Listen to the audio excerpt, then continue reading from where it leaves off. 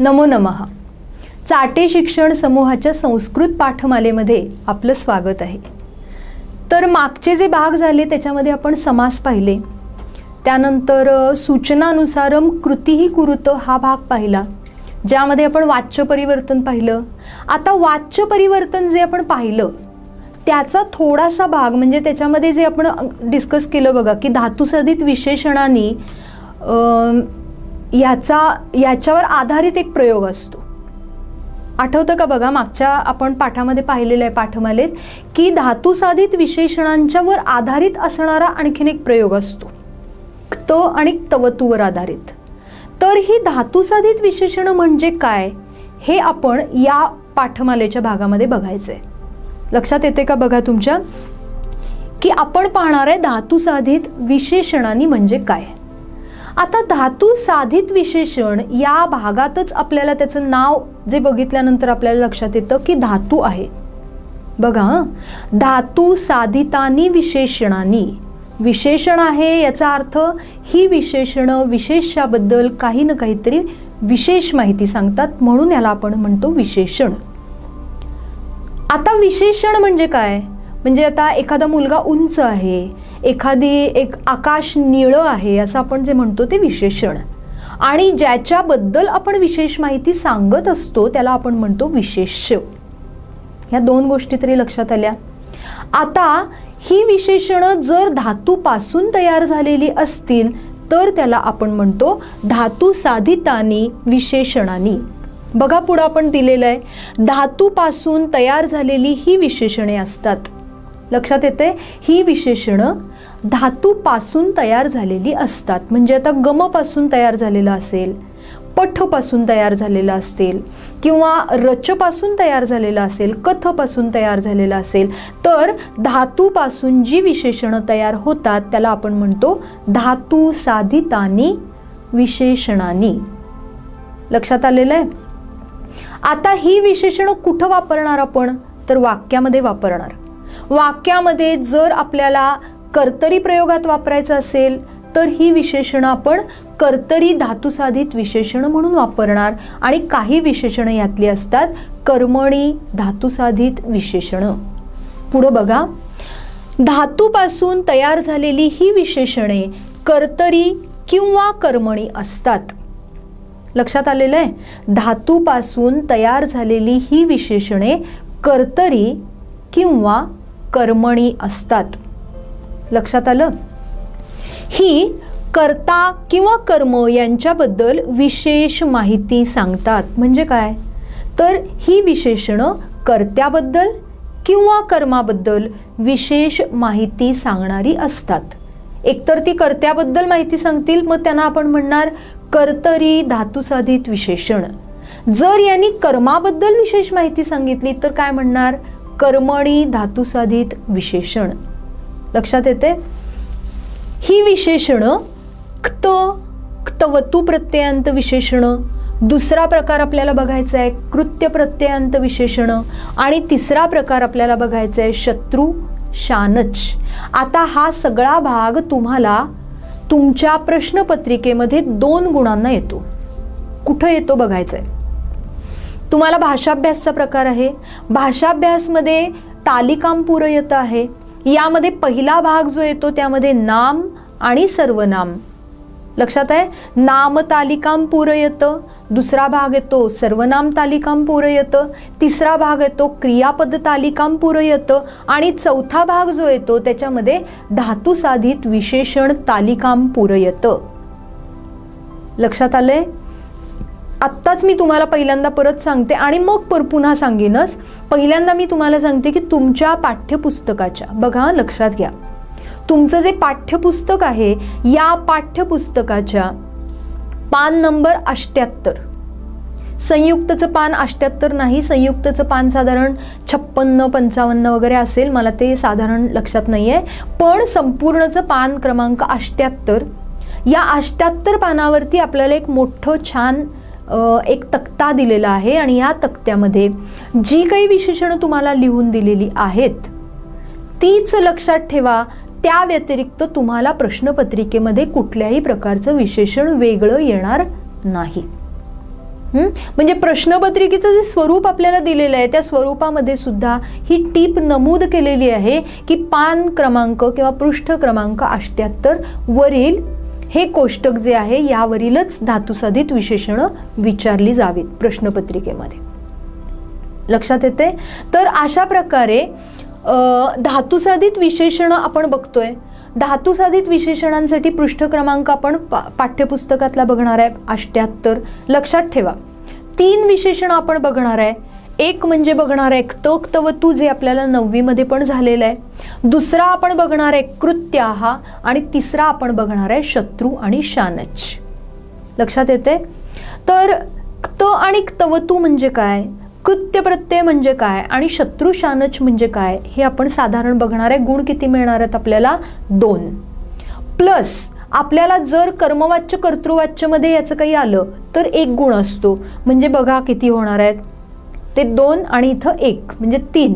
आणि जर आपल्याला आपण निबंध लेखन करतो, आता समजा ते मी तुम्हाला पुढे सांगते, तर निबंध लेखनामध्ये सुद्धा याचा वापर केला जाऊ शकतो आणि त्यामुळे आपल्याला या सगळ्याचा अभ्यासासाठी धातुसाधित विशेषणं खूप महत्त्वाची आहेत. बघा आता मी जे काही सांगितलं ते पुन्हा एकदा आपण त्याचा एक विचार करूया की विशेषण म्हणजे काय. तर नामाबद्दल किंवा कर्ता किंवा कर्माबद्दल जी माहिती विशेष सांगितली जाते तो सांगणारा शब्द म्हणजे विशेषण. आता ही जर विशेषणं धातूपासून तयार झालेली असतील तर त्याला आपण म्हणतो धातुसाधित विशेषण. लक्षात आलंय?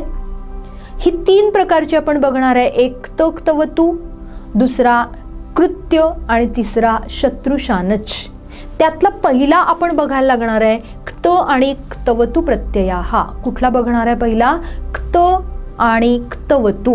बघा क्त प्रत्ययांतानी विशेषणानी कर्मणी भूतकालवाचक धातुसाधित विशेषण यालाच आपण काय म्हणतो? कर्मणी जी कर्माबद्दल विशेष माहिती सांगतात, धातुसाधित म्हणजे जी धातूपासून तयार होतात, विशेषण म्हणजे जी विशेष माहिती सांगतात. अशी कर्माबद्दल विशेष माहिती सांगणारी, धातूपासून तयार होणारी आणि भूतकाळाचा अर्थ सांगणारी जी विशेषणं असतात त्याला आपण काय म्हणतो?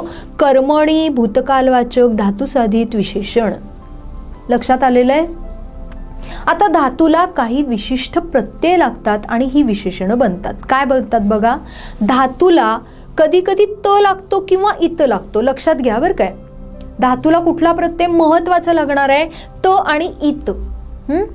जर समजा त लागला नाही तर त च्या ऐवजी काय काय लागतात? ट, ड, ण, द, न. धातूला त लागेल किंवा इत लागेल. त च्या ऐवजी ट, ड, ण, द, न यापैकी कुठला तरी प्रत्यय लागून ही विशेषणं तयार होणार आहेत. कळते व्यवस्थित? आता ती कशी तयार होतात बघा. गम असेल, माझ्याजवळ धातू आहे गम. आपण नॉर्मली धातू कसा चालवतो? गम, गच्छ. पण गच्छचा इथं काही एक संबंध घ्यायचा नाहीये, गम घ्यायचा. गमला त प्रत्यय जोडला की काय होतो? गत. गमचा काय होणार आहे? गत. जर समजा पा धातू घेतला तर काय होणार आहे? पीत. नी घेतला नीत. दृश्य घेतला तर दृष्ट. म्हणजे इथं काय झालं? त लागला का? नाही, त नाही लागला. मग काय लागला? ट लागला. म्हणजे त च्या ऐवजी काय लागला? ट. लक्षात आलं काय? समजा आपल्याकडे लभ धातू असेल, इथं घेतलेलं आहे का बघा आपण लभ, हे चुकलेलं आहे. लभचं काय होणार? लब्ध. बला ध. मी सांगते तिथं व्यवस्थित लक्ष द्या. लभचं काय होणार? लब्ध. बला ध लागतो म्हणजे काय लागला? ध. आलं लक्षात? वह धातू बघा, तुम्हाला ते मी मगाशी सांगितलं की पान क्रमांक 78 काढून बघा फार तर पान नंबर 78 वरती आपल्याला लभ धातू किंवा रभ धातू दिसेल. दिसतोय का बघा? दिसला. लभ धातू जर दिसला तर लभचं पुढं त प्रत्यय काय दिसतोय बघा? लब्ध. रभ असेल तर रब्ध. दिसलं का? तर हा म्हणतो आपण ध लागला. म्हणजे त च्या ऐवजी काय लागू शकतो? ट लागू शकतो, ढ लागू शकतो, ध लागू शकतो. वह धातू दिसतोय का बघा तिथं? वह. तर त्याचा होतो ऊढ म्हणजे ढ लागला.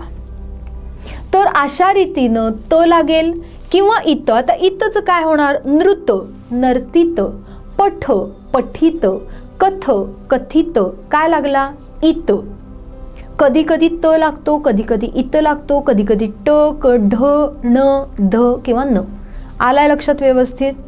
प्रत्यय कळले व्यवस्थित? बघा आता ही सगळी जी विशेषणं आहेत ती विशेषाप्रमाणे चालणार, म्हणजेच कर्माप्रमाणे चालणार. कर्म जर पुल्लिंगी असेल तर ही विशेषणं देवप्रमाणे चालतात, जर कर्म स्त्रीलिंगी असेल तर ही विशेषणं मालाप्रमाणे चालतात, आणि जर कर्म नपुसकलिंगी असेल तर ही विशेषणं नपुसकलिंगी वनप्रमाणे चालतात. लक्षात आलेलं आहे? बघा ही विशेषणे कर्माच्या लिंग आणि वचनानुसार बदलतात. ही विशेषणे पुल्लिंगात देवप्रमाणे, नपुसकलिंगात वनप्रमाणे आणि स्त्रीलिंगात मालाप्रमाणे चालतात. पुल्लिंगात कसा चालणार बघा? गत हो, देवप्रमाणे चालला देव हो. स्त्रीलिंगामध्ये मालाप्रमाणे माला गता, आणि नपुसकलिंगात वनप्रमाणे गतम गतम, गताम नव्हे गतम. कळालं व्यवस्थित? काय काय सांगितलेलं कळालं व्यवस्थित का? बघा ही विशेषणं पुल्लिंगात देवप्रमाणे, स्त्रीलिंगात मालाप्रमाणे आणि नपुसकलिंगात वनप्रमाणे चालतात. आता आपण काय बघितलंय बघा? धातुसाधित विशेषण म्हणजे काय? धातुसाधित विशेषणाचे 3 प्रकार आपण बघणार आहे. एक तक्तवतू, दुसरा कृत्य आणि तिसरा शत्रुशानच. त्यातला पहिला जो आहे तक्तवतू, त्यातला आपण क्त प्रत्यय बघतोय, त्यालाच आपण काय म्हणतो? कर्मणी भूतकालवाचक धातुसाधित विशेषण. हे प्रत्यय जर चालवायचे असतील तर धातू घ्यायचा, धातूला त किंवा इत जोडा. तच्या ऐवजी ट, ढ, ण, ध, न यापैकी कुठलाही प्रत्यय लागू शकतो. ही विशेषणं तयार झाली की ती देवप्रमाणे पुल्लिंगात, स्त्रीलिंगात मालाप्रमाणे आणि नपुसकलिंगात वनप्रमाणे चालतात. व्यवस्थित कळलेलं आहे? आता त्यानंतर याचं क्तवतू पर्यंत आपण जाणार आहे. पहिल्यांदा आपण काय बघितलं? क्त प्रत्यय बघितला. आता आपण काय बघायचं आहे? क्तवतू प्रत्ययांत. आता क्तवतू प्रत्ययांत करताना क्त प्रत्ययच घ्यायचा. आधी आपण काय तयार केलाय? क्त. तो क्त घ्यायचा आणि त्याला एकच प्रत्यय जोडायचा आहे, तो म्हणजे वत. सोपा आहे अतिशय लक्षात ठेवायला. पहिल्यांदा क्त प्रत्यय म्हणजे गमचा काय केला? गत. गतला एकच प्रत्यय जोडा वत की झालं आपलं तयार. गतवत, पठितवत याला आपण काय म्हणतो? क्तवतू. तुम्हाला मागच्या वर्षी वीरवनिता विष्पला आठवतोय का बघा? त्यामध्ये काही रूप तुम्हाला दिलेली होती. रक्षितवतः, रक्षितवंतः, रक्षितवान. लक्षात येते? तर ते जे होतं त्याला आपण म्हणतो क्तवतू. काय लागलेलं आहे त्याला? वत. मूळ धातू घ्यायचा, धातूचं क्त करून घ्यायचं, तला वत लावायचं की आपल्याला काय मिळणार? क्तवतू. मग क्तवतूवरून त जाताना काय करणार? वत काढून टाका, तुम्हाला क्त प्रत्यय मिळतो. शिरते का बघा डोक्यात? धातूला आपण जेव्हा क्त करतो तेव्हा काय करतो? गमचा गत. गतला वत लावला की काय झाला? क्तवतू. समजा वत काढून टाकला तर काय होणार? गत. त्याला काय म्हणणार? क्त. पठ, पठित, पठितवत. वत काढून टाकला पठित. दृश्य, दृष्टवत. दृष्ट वत काढून टाकला नुसता दृष्ट की तो क्त. लक्षात आलंय? तर आता तुम्हाला पुन्हा समोर बघा पान नंबर 78 वर गम असेल तर गमचा पहिला काय केला आपण? गत हो. दिसते का समोर? दिसते. आता त्याच्या पुढचा बघा कुठला आहे? क्तवतू आहे काय? तर क्तवतूला आपण काय करणार? गतवत केलं समजा. गतवत. शेवटी वत आलं. भगवत आठवतोय का पहिला शब्द आपला? भाषासूत्र 1 मध्ये यावर्षी पहिला शब्द आपल्याला दिसतो भगवत. आहे का हो? आहे. तर भगवतचं प्रथम एकवचन बघा काय येतं? भगवान. मग दृष्टवतचं काय होणार? दृष्टवान. पठितवतचं काय होणार? पठितवान. गतवतचं काय होणार? गतवान. कळाले व्यवस्थित? ह्याला आपण म्हणतो क्तवतू. व्यवस्थित कळलं? आता ही विशेषणं पुल्लिंगात भगवत, स्त्रीलिंगात नदी. लक्षात ठेवा बरं काय? नसेल लक्षात तर तिथं नोट डाऊन करून घ्या. नदीप्रमाणे स्त्रीलिंगात आणि नपुसकलिंगात जगतप्रमाणे चालतात. लक्षात आले? 3 येणार आपल्याकडे विशेषणं. पुल्लिंगात भगवत प्रमाणे, स्त्रीलिंगात नदीप्रमाणे आणि नपुसकलिंगात जगतप्रमाणे चालतात. आले लक्षात व्यवस्थित? ओके. तर काय काय बघितलं आपल्याला लक्षात आलं? क्त बघितलं आणि क्तवतू बघितलं. क्तवतू करताना काय करणार? क्त प्रत्यय घेणार, क्त प्रत्ययाला फक्त वत प्रत्यय जोडणार. जे काही तयार होणार त्याला आपण क्तवतू म्हणणार आणि चालवणार भगवत, नदी आणि जगत प्रमाणे. लक्षात आलेलं आहे? इथं क्त आणि क्तवतूचं आपलं कसे असतात ते तुम्हाला मी सांगितलं. आता त्याच्या पुढचं बघा, त्याच्या पुढं आपल्याला दिसते कृत्य प्रत्ययाः. लक्षात येते कृत्य प्रत्ययाः. कृत्य प्रत्यय जे आहेत त्याच्यासाठी 3 प्रत्यय आपल्याला ठरवून ठेवलेले आहेत. एक आहे य, दुसरा तन्य झालाय बघा, हे करून घ्या तव्य. पहिला कुठला येणार य, दुसरा तव्य आणि तिसरा अनिय. त आणि तवतू जे आपण पाहिले ते मागच्या वर्षी साधारण तुम्हाला झालेले होते, पण कृत्य आणि शत्रुशानच हे 2 प्रत्यय आपल्यासाठी पूर्णपणे वेगळे आहेत. त्यातला कृत्य प्रत्यय आपण आता बघतोय. कृत्य प्रत्यय जो आहे त्यालाच आपण म्हणतो कर्मणी विध्यर्थक धातुसाधित विशेषण. काय म्हणायचंय? कर्मणी विध्यर्थक धातुसाधित विशेषण. ही विशेषण तयार करताना धातूला 3 प्रत्यय जोडावे लागतात. एक य, दुसरा तव्य आणि तिसरा अनिय. लक्षात आले? य, तव्य, अनिय कुठलाही प्रत्यय जोडा चालतो. तुम्हाला जर पुढं शब्द ते कोष्टक तुम्ही ठेवलेला असेल, तक्ता ठेवलेला असेल तर तुम्हाला दिसत असेल तिथं गम असेल तर त्याचा गम्य झालेला आहे, गंतव्य झालेला आहे आणि गमनीय झालेला आहे. गम्य य लागला, गंतव्य तव्य लागला, गमनीय अनिय लागला. लक्षात आलं? य, तव्य, अनिय. तुम्हाला प्रश्नपत्रिकेमध्ये जेव्हा हा प्रश्न पडेल तेव्हा तुम्ही त्यापैकी कुठलाही एक प्रत्यय लिहायचा आहे. गम्य लिहिलात उत्तम, गंतव्य लिहिलात तरी उत्तम, गमनीय लिहिलात तरी चालतो. म्हणजे 3ही प्रत्यय मी पाठ करावेत का? नाही, गरज नाही. एकच प्रत्यय पाठ करा. तसं बघायला गेलं तर पाठ सुद्धा करायला लागत नाही. 1-2-3दा वाचून काढा, आपले सगळं डोक्यात राहतं. गाणी कशी राहतात तसे हे आरामात राहू शकतं, काही अवघड नाहीये. पण ते वाचून मात्र 4 वेळेला तुमच्या डोळ्याला सराव झाला पाहिजे. बरोबर आहे? तर पहिलं मी काय सांगितलं, गमचं असेल तर गम्य, गंतव्य आणि गमनीय. काय काय लागले? य, तव्य किंवा अनिय. पठ धातू घेऊन बघा काय होणार. पठला य लावा, पाठ्य, पठितव्य, पठनीय. दृश्य, दृश्य, द्रष्टव्य, दर्शनीय. रम, रम्य, रंतव्य, रमणीय. बाणातला न होतो रमणीय. का? तर र आला की न चा बाणातला न होतो. रूल लक्षात आहे का? 8वीला झालेला आहे बघा. र षटकोन श किंवा रू आला असेल तर न चा बाणातला न होतो. लक्षात आलं? ही विशेषणे पुल्लिंगात देवप्रमाणे, स्त्रीलिंगात मालाप्रमाणे, नपुसकलिंगात वनप्रमाणे चालतात. व्यवस्थित कळले? उदाहरणार्थ गमनीय, गमनीया, गमनीयम. इथं पाय मोडला पाहिजे बरं काय. पठ असेल तर पठनीय, पठनीया, पठनीयम. आलंय लक्षात? तुम्हाला पृष्ठ क्रमांक 78 वरती दिसते का बघा आता. गम्य, गंतव्य, गमनीय, रम्य, रंतव्य, रमणीय, दृश्य, द्रष्टव्य, दर्शनीय. दिसते का बघा. कार्य, कर्तव्य, करणीय, कथ्य, कथितव्य, कथनीय. हे सगळं सतत वाचत राहिला तर तुम्हाला सगळं लक्षात येतं, काही प्रॉब्लेम नाहीये. हे सगळं कुणाप्रमाणे चालवलंय? देवप्रमाणे चालवलंय. का देवप्रमाणे चालवलंय? तर इथं कुणाचाही पाय मोडलेला नाही. पाय मोडलेला नाही म्हटलं की तो अकारांत झाला. अकारांत देवप्रमाणे चालतो, आकारांत मालाप्रमाणे चालणार, नपुसकलिंगात वनप्रमाणे चालणार. लक्षात आलेलं आहे? व्यवस्थित कळलंय? बरं, आता ह्याच्यानंतर आपल्याला त्याच्या पुढे बघायचे शत्रू आणि शानच. नावांवरून फार असं भिण्यासारखं काही कारण नाही आहे. ह्याला काय म्हणतात?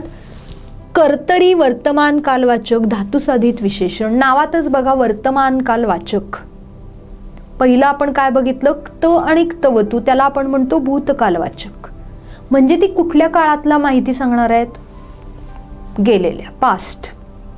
ही वर्तमान कालवाचक आहेत म्हणजे कुणाबद्दल माहिती सांगणार आहेत? जी काही विशेषणं आत्ता चालू काळात काम करतायत त्यांच्याबद्दल ही विशेषणं माहिती सांगणार.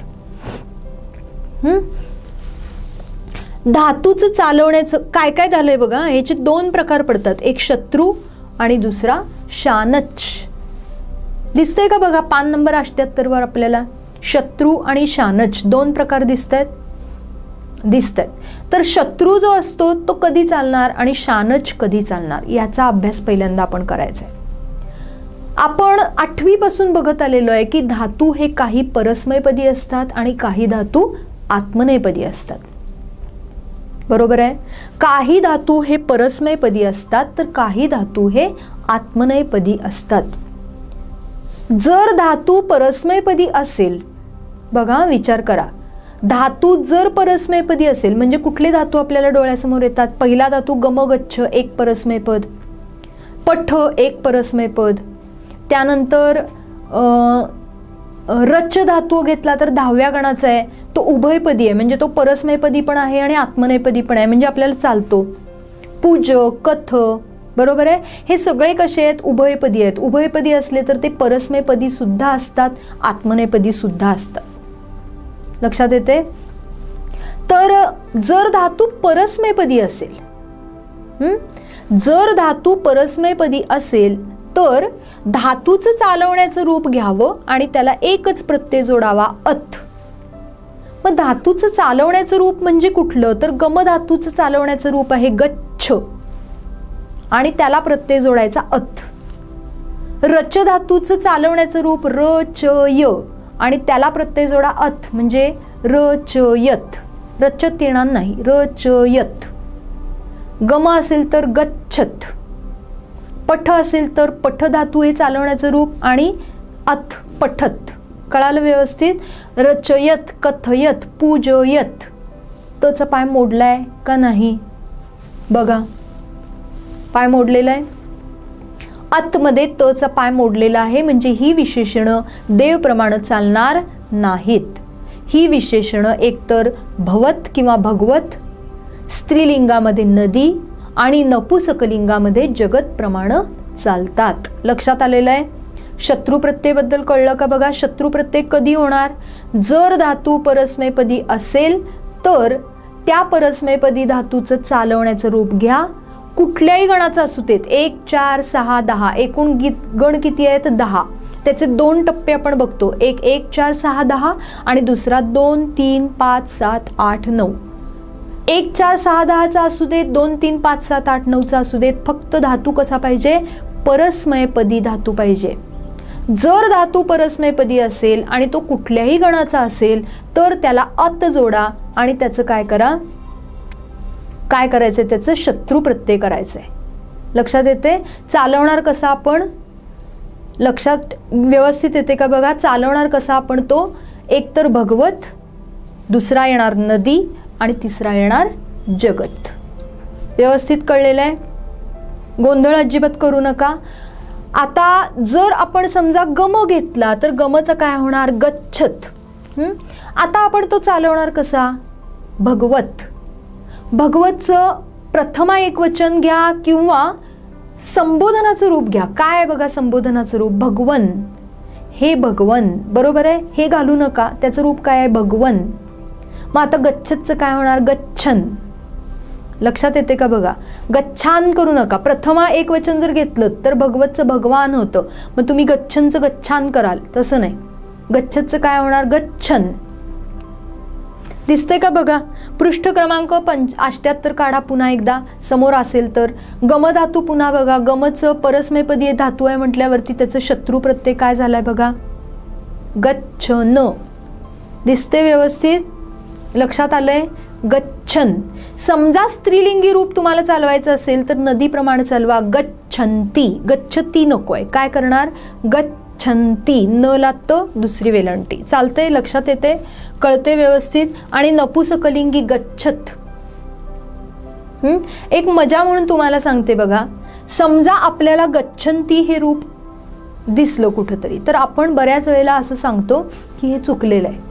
कारण आपण लट लकार जो बघितलाय त्यामध्ये ती तह अंतीमध्ये न ला त आणि पहिली वेलांटी असती. मग आपण म्हणतो की हे चुकले, तर हे चुकलेलं नाही, तर हे काय आहे? शत्रू प्रत्यय आहे. कर्तरी वर्तमान कालवाचक धातुसाधित विशेषण आहे. कळलंय का व्यवस्थित? तर अशा रीतीनं हा शत्रू प्रत्यय आपल्याला दिसतो. पठचं काय केलंय बघा. पठ जर असेल तर काय होणार? पठन. दिसतंय काय? कथ असेल तर कथयन. परस्मैपदी धातू जर घेतला तर काय होणार कथयन. तेच जर तुम्ही क्रू धातू घेऊन बघा, बघू क्रू धातूचं पण खाली दिलेलं आहे. अत प्रत्ययांत काय केलंय बघा, कुर्वन आहे काय, कुर्वन दिसतंय का बघा व्यवस्थित. ब्रू असेल तर ब्रुवन. हां, ह्या सगळ्या गोष्टींच्याकडे लक्ष द्या. कसा धातू, कुठला धातू कसा चालतो, त्याचं काय होतं. आता आपण काय काय बघितलं बघा. पहिल्यांदा धातू गम घेतला, गमचं क्त प्रत्यय काय होणार गतः, त्याचाच तवतू काय होणार गतवान.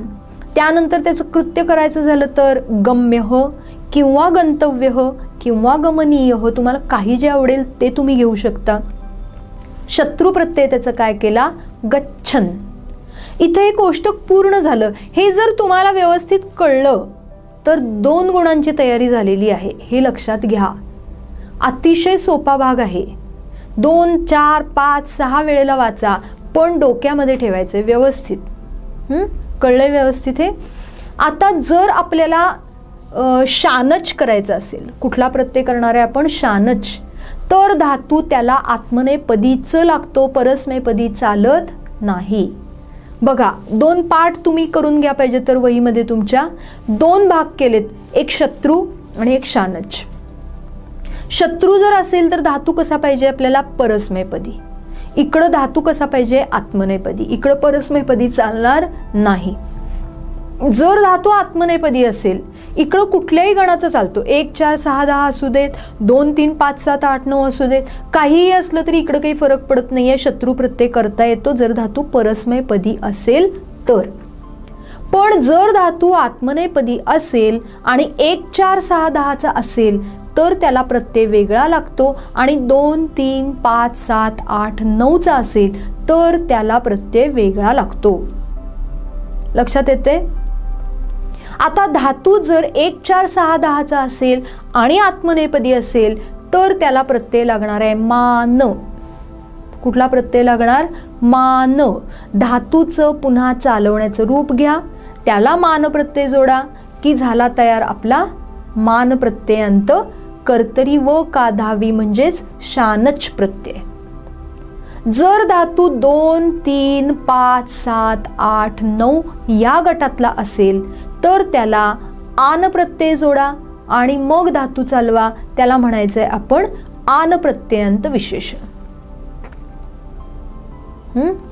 लक्षात आलंय का बघा काय काय सांगितलं. मान आणि आन प्रत्ययांत विशेषण म्हणजेच शानच प्रत्ययांत विशेषण. मान कधी लागणार, जर धातू आत्मनेपदी आहे आणि 1, 4, 6, 10 मधला आहे तर त्याला प्रत्यय लागणार मान. जर धातू 2, 3, 5, 7, 8, 9 मधला असेल आणि तो जर समजा आत्मनेपदी असेल तर त्याला लागणार आन. ही 2 विशेषणं लक्षात आली, मान आणि आन प्रत्ययांत विशेषण. इथं जरा बघूया आपण काय होते बघा. ही विशेषणं जर धातू आत्मनेपदी धातूंची मान आणि आन प्रत्ययांत विशेषणे जर धातू 1, 4, 6, 10 या गणातील असेल तर मान, आणि जर धातू 2, 3, 5, 7, 8, 9 मधील असेल तर आन हा प्रत्यय जोडला जातो. रम धातू आहे 1 आत्मनेपदी तर त्याचा काय होतो रममाण. लक्षात आले. र आला म्हणून त्याचा नचा न झाला. क्रू असेल तर त्याचा काय होणार कुर्वाण. इथं पाय मोडू नका बरं काय. काय होणार कुर्वाण. ब्रू असेल तर काय होणार ब्रुवाण. क्रू धातू कितव्या गणाचा आहे 8व्या गणाचा आहे म्हणून त्याला आन प्रत्यय जोडला. इथं मात्र पहिल्या गणाचा आहे म्हणून त्याला मान प्रत्यय जोडला. लक्षात येते काय. ही विशेषणे पुल्लिंगात. इथं पाय मोडलेला नाही, हा पाय मोडू नका बरं का. पाय मोडला तर तो अर्धा म्हणजे हलंत होतो आणि तो स्वरांत राहत नाही. ज्याच्या शेवटी स्वर येतो तिथं पूर्ण अक्षर असणार आहे. म्हणजे आता क म्हटलं आपण, पाय न मोडलेलं क, तर मध्ये काय असणार क अर्धा म्हणजे क हलंत पाय मोडलेला प्लस अ. मग नुसताच क ठेवला तर काय होतो तर ककारांत होणार. तुम्हाला आठवतात का बघा, आता शब्द आपल्याला भगवत आहे तर तचा पाय मोडलेला आहे, तचा पाय मोडलाय याचा अर्थ तिथं व्यंजन आहे. लक्षात येते काय, कळते का बघा.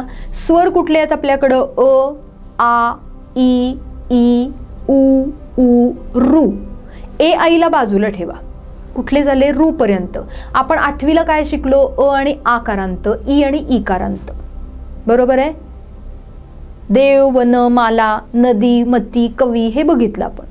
9वीला आल्यानंतर आपण उकारांत आणि ऋकारांत नामं बघितली. आठवतात का? बघा, भानू, धेनू, मधू उकारांत, पितृ, मातृ ऋकारांत. आणि हे सगळं झाल्यावर आपण नवीन एका अध्यायाला सुरुवात केली, ते म्हणजे सकारांत, चंद्रमस, पयस. इथं सचा पाय मोडलेला होता.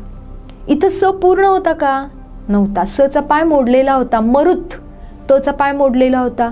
जगत, तचा पाय मोडलेला होता. म्हणजे हे त स जे आहेत ते हलंत होते, त्याच्यामध्ये स्वर नव्हता. म्हणून या शब्दांना आपण म्हणतो व्यंजनांत शब्द. लक्षात येते? तर जिथं पाय मोडलेला आहे ती अर्धीच व्यंजन आहेत. मग व्यंजनांत शब्द आता समजा जर आपण बघितला तर भगवत, मरुत, जगत. पण इथं मात्र आपण जे बघ, माण हा अकारांत शब्द आहे. रममाण अकारांत.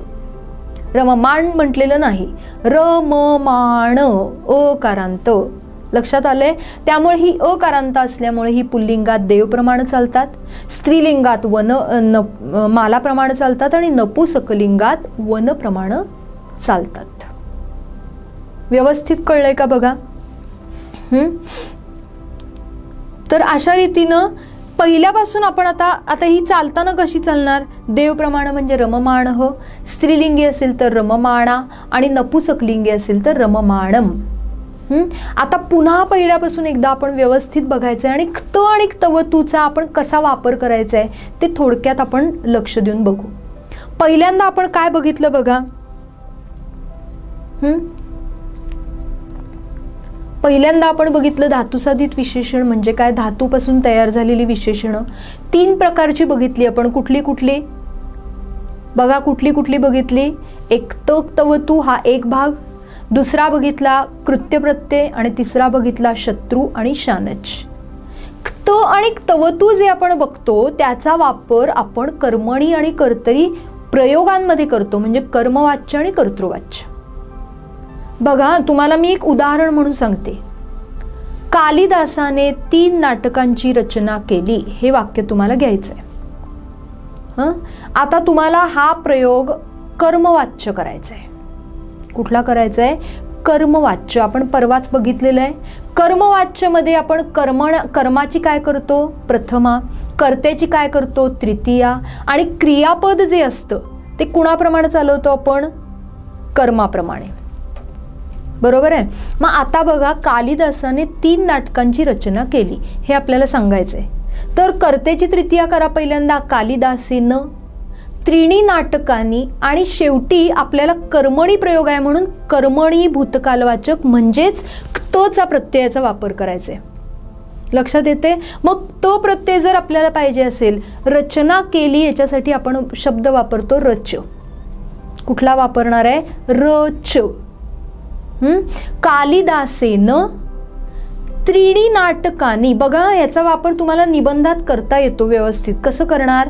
कालिदासेनं 3 नाटकांनी रचितानी. रचच रचित हे क्त प्रत्यय झाला आणि रचित चालवलं नाटकांनी प्रमाण, त्यामुळं रचितानी. कळाले का व्यवस्थित? बघा, कालिदासेनं 3 नाटकांनी रचितानी. लक्षात आले? व्यवस्थित कळलंय का? बघा, त्याचप्रमाणे आता अशी वाक्य आपण बरीच करू शकतो. वाल्मिकीना म्हणजे वाल्मिकींनी, वाल्मिकीना रामायणम. मग आता रचचं काय होणार? रचितम. अशा रीतीनं हे विशेषण चालतं. आणि तेच जर तुम्ही त्याचा क्तवतू पर्यंत करायला गेलात तर कालिदासेनच होणार कालिदासह. 3 नाटकांनी असंच राहणार. आणि रचचं आपण काय करणार? रचित ला वत जोडलं की क्तवतू होणार. बरोबर आहे काय? कर्तृवाच्य करायचं असेल तर रचितवत आणि रचितवत चालवणार कालिदास प्रमाणे. कालिदासची काय केली आपण? प्रथमा. मग रचितवतचं काय होणार? रचितवान. मग आता वाक्य काय होणार बघा? कालिदासः 3 नाटकांनी रचितवान. कालिदासाने नाटकांची रचना केली, कालिदासाकडून नाटकांची रचना केली गेली.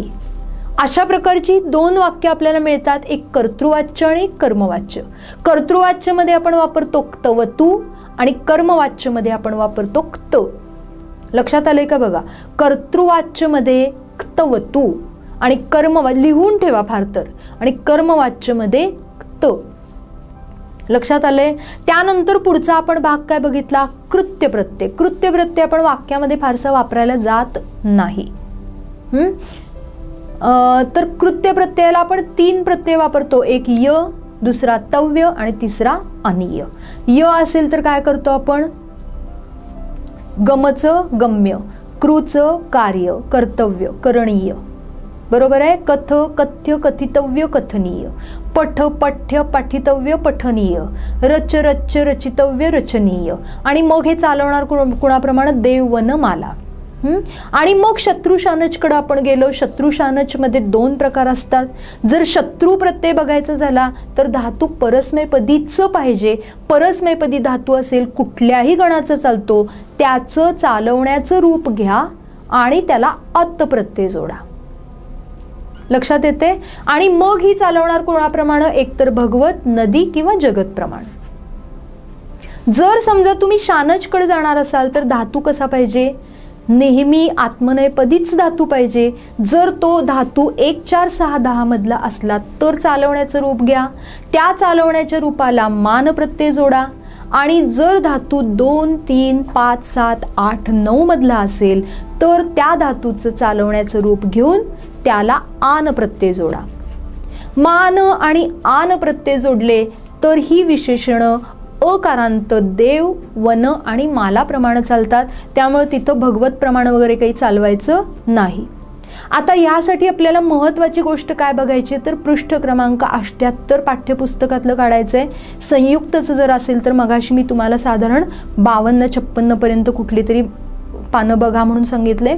तर ह्या पुस्तकामधली पानं काढा आणि त्यामध्ये कुठले प्रत्यय येत आहेत ते बघत जायचंय. पहिल्या शब्दापासून म्हणजे गमपासून शेवटपर्यंत सगळे शब्द व्यवस्थित करा. संयुक्तसाठी मी सांगते की संयुक्तला तुम्हाला तालिका पूर्व येतं वगैरे काही येतच नाही, त्यामुळे तो काही प्रश्न येत नाही तुमचा, बरोबर आहे. त्यानंतरचा प्रश्न तुमचा काय येतो यानंतर, तर तुम्हाला फक्त ते ओळखायला येऊ शकतो कुठंतरी, तुम्हाला असा लिहायला प्रश्न येत नाही. म्हणून संयुक्तला ते पाठ करत फार मोठं बसायची गरज नाही. तुम्हाला कुठे येणार ते नाम सर्वनाम ओळखा, पृथक्करणम कुरुत जे आहे त्याच्यामध्ये धातुसाधित विशेषण ओळखा हे जे आहे त्याच्यामध्ये तो येतो 2 मार्काचा. पण तो ओळखायला येतो. तुम्हाला फक्त लक्षात आलं की तव्य लागलंय म्हणजे हा विशेषणामधला आहे भाग की लिहिता तुम्ही. त्यानंतर जर समजा तुम्हाला गच्छन असं दिसलं किंवा गच्छंतीमध्ये नला त आणि दुसरी वेलांटी दिसली तर तुम्हाला लक्षात येतं की हे विशेषण आहे. विशेषण आहे म्हणजे ते विशेषणात लिहिलं की क्रियापद फक्त वेगळी काढली की 2 मार्क मिळाले. म्हणजे संयुक्तला हे फारच सोपं आहे. संपूर्णला मात्र त्याचं विशेषण लिहायचं आहे. त्यामुळे तुम्हाला पृष्ठ क्रमांक 78 जे आहे ते चांगलं तोंडपाठच झालं पाहिजे तर आपल्याला 2 गुण मिळणार आहेत. आणि लक्षात ठेवा 100 द्यायला गुण असतात तेव्हा आपल्याला 2 गुण जाणं खूप महागाचं पडतं. आणि हे 2 गुण मिळवायचे असतील तर हे पृष्ठ क्रमांक सगळा व्यवस्थित डोक्यात घ्या. त्याच्यावरती काय काय दिलंय ते सगळं व्यवस्थित वाचा, पाठ करा.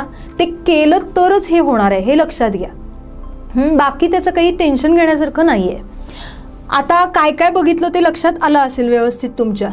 शत्रुशानच बघितलं, त्यानंतर कृत्य प्रत्यय बघितलं आणि तक्तवतू बघितलं. तर इथं आपली सगळी धातुसाधित विशेषणं पूर्ण झालेली आहेत. याचा वापर कसा करायचा हे आपण बघितलेलं आहे. तर आपण आता इथं थांबूया आणि पुढच्या भागात भेटू. तोपर्यंत धन्यवाद.